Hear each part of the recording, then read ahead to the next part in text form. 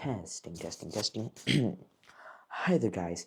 My name is Rohan Beve, and today we are going to be talking about how do combination locks work. Today we are going to be talking about how do combination locks work. So let's say some schools, have combination locks for the students' lockers, right? But have you ever wondered how do they actually work? What makes them tick, and what are all the mechanisms inside the lock that make the lock unlock? Okay? So inside, this is more or less a rough sketch, okay?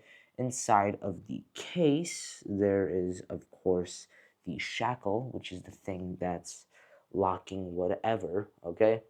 And it basically goes through here and also ends up coming over here, okay? And the shackle, the shackle is confined by the lever. The lever is made up of a few pieces inside, but more or less, it's there, and attached to it is this like coil, this this coil, it's basically means that whenever it moves this way, counterclockwise, whenever it moves, it'll automatically go back to its position, and the lever cannot go the other way because there's a little peg that's preventing it to move the other way, Now, the reason why is that there's a latch inside the lever, controlled by a spring, and you see on the shackle there's a little indent. So when the lock goes on, once it goes in, the latch will latch onto it, In order to unlock the shackle, you have to move the latch, So that's basically how the locking part works. And you might just say, why not just pull it out? Well, there's the shackle collar. It can maybe move out up a little bit, but it just stops at some point, So you can't unlock it by pulling it, So that means you'd have to unlock it with the actual combination and numbers. Well, how does that work?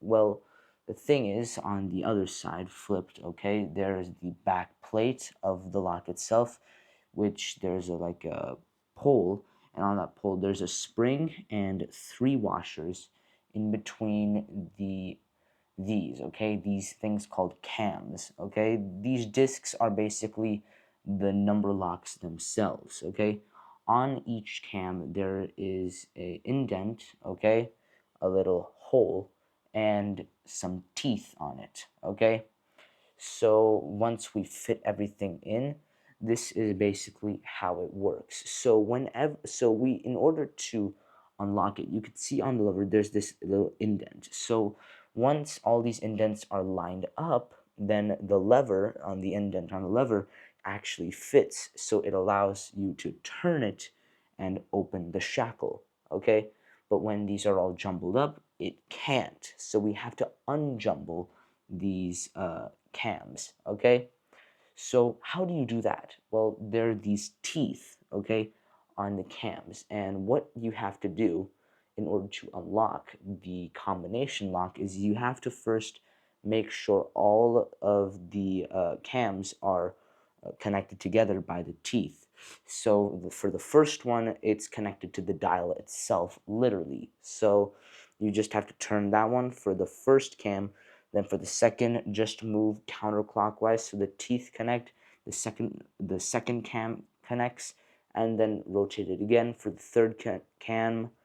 So that way all of them are connected. That's actually how you open the lock. So the first thing you're supposed to do is rotate it 3 times, clockwise. And then you're going to first put your first number, Then you're going to go counterclockwise 1 time, So that way only latch number 2 is there. Then you put number 2 in it, And then you go clockwise again to put in number 3. So now that all the indents are lined up together, you can unlock the lever, So you can unlock the lever, and that allows you to open the shackle and free whatever inside, and let's say you accidentally push it back in, okay, you put the shackle back, the thing is the lever and the coil itself actually hits a bit hard, enough force, okay, just a nudge of force to actually scramble it to move. Basically, it moves all the cams a bit jutted out, which means you have to solve the entire thing just to open it up again. So once you unlock it, that's your first try. You no take backs, okay, no seconds. So that's basically how a combination lock works, and that's basically it. Thank you for watching this video and hope to see you next time. Bye bye.